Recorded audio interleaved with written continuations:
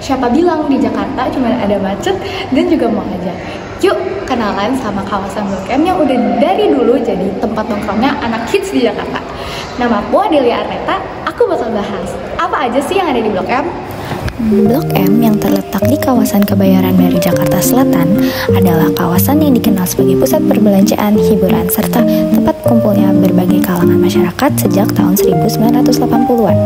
Sejarahnya sendiri, Blok M mulai berkembang pada tahun 1970-an ketika pemerintah Jakarta merencanakan pembangunan pusat perdagangan modern di kawasan Kebayoran Baru. Kawasan ini kemudian menjadi semakin ramai setelah dibangunnya terminal Blok M yang menjadi titik pertemuan banyak orang, khususnya di daerah Jabodetabek. Nah, saat ini Blok M itu sudah terintegrasi oleh 3 transportasi umum sekaligus, yaitu MRT, LRT, dan Transjakarta. Mari kita mengungkap apa saja hal yang menarik yang dapat kita lakukan di kawasan Blok M. Blok M menjadi wisata surga yang bisa kita datangi untuk mencari kegiatan yang menarik. Salah satunya adalah kuliner. Di Blok M, semua makanan tersedia, mulai dari Chinese food, traditional food, western food, bahkan sampai Jepangan loh. Mengulik tentang something to see yang ada di Blok M, jelas banyak sekali hal menarik yang dapat kita lihat di Blok M. Mulai dari pemandangan gedung perkotaan, gedung-gedung bernuansa Jepang, hingga kawasan yang masih dipenuhi dengan pepohonan luas dan juga asri, yaitu Taman Marta Tiahau. Di Blok M, kita bisa menemukan barang apa saja yang kita butuhkan dan kita inginkan, mulai dari baju baru, baju bekas, hingga alat-alat olahraga sekalipun. Something to buy yang pertama yaitu mengenai ilmu pengetahuan. Kita bisa membeli buku di Blok M, entah itu buku baru ataupun buku-buku bekas.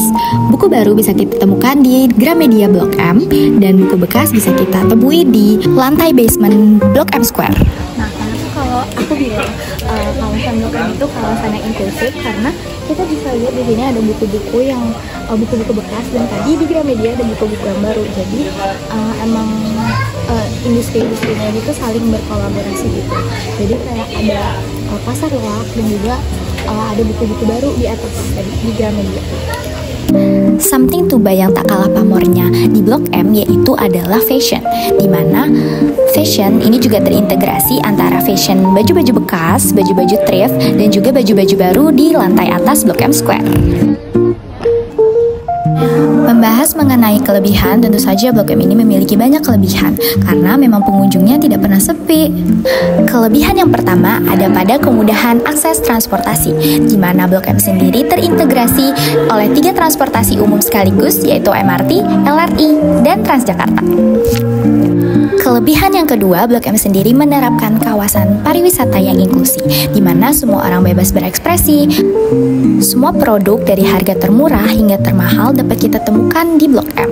Wilayah Blok M juga saling terintegrasi. Salah satu contohnya ialah Nah, sekarang teman-teman kita ini lagi ada di Plaza Pasaraya Blok M. Kawasan ini itu tuh terintegrasi sama kantor Gojek di sebelah sini.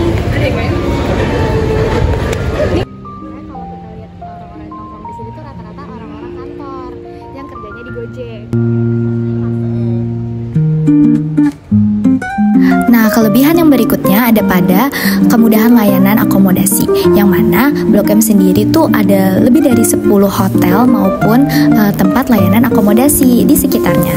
Nah, di belakang ini ada hotel yang namanya Golden Boutique Hotel. Nah, ini hotel mewah yang bisa disewain kalau misalkan kalian strolling around dan kecapean. Dengan beragam kelebihan yang ada, ternyata Blok M masih menyimpan berbagai permasalahan dan kekurangan loh. Kira-kira apa aja? Yuk kita simak.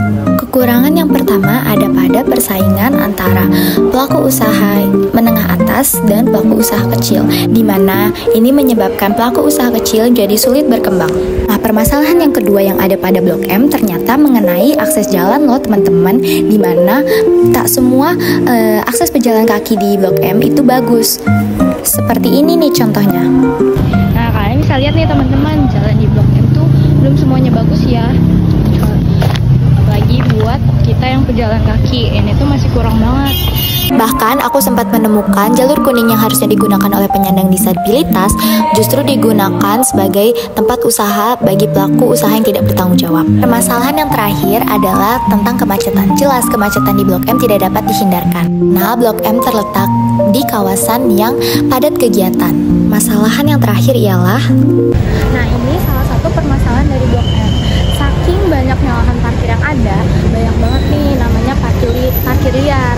Jadi sebenarnya kawasan Blok M itu tuh udah parkirnya itu hanya parkir di dalam. Jadi cuma bisa di pintu keluar bayar ya, pintu keluar, pintu masuk tuh bayarin sana. Cuman kayak banyak warga-warga sekitar yang oknum-oknum yang kurang bertanggung jawab. Meskipun begitu, kesimpulan dari ini semua adalah kawasan Blok M tetap menjadi kawasan yang layak untuk dikunjungi dan layak mendapatkan apresiasi melalui keramaian pengunjung. Oleh karena itu, jangan lupa kunjungi Blok M, namun tetap perhatikan ya si keberlanjutan pariwisatanya. Salam dari aku, terima kasih sudah menonton video ini. Bye!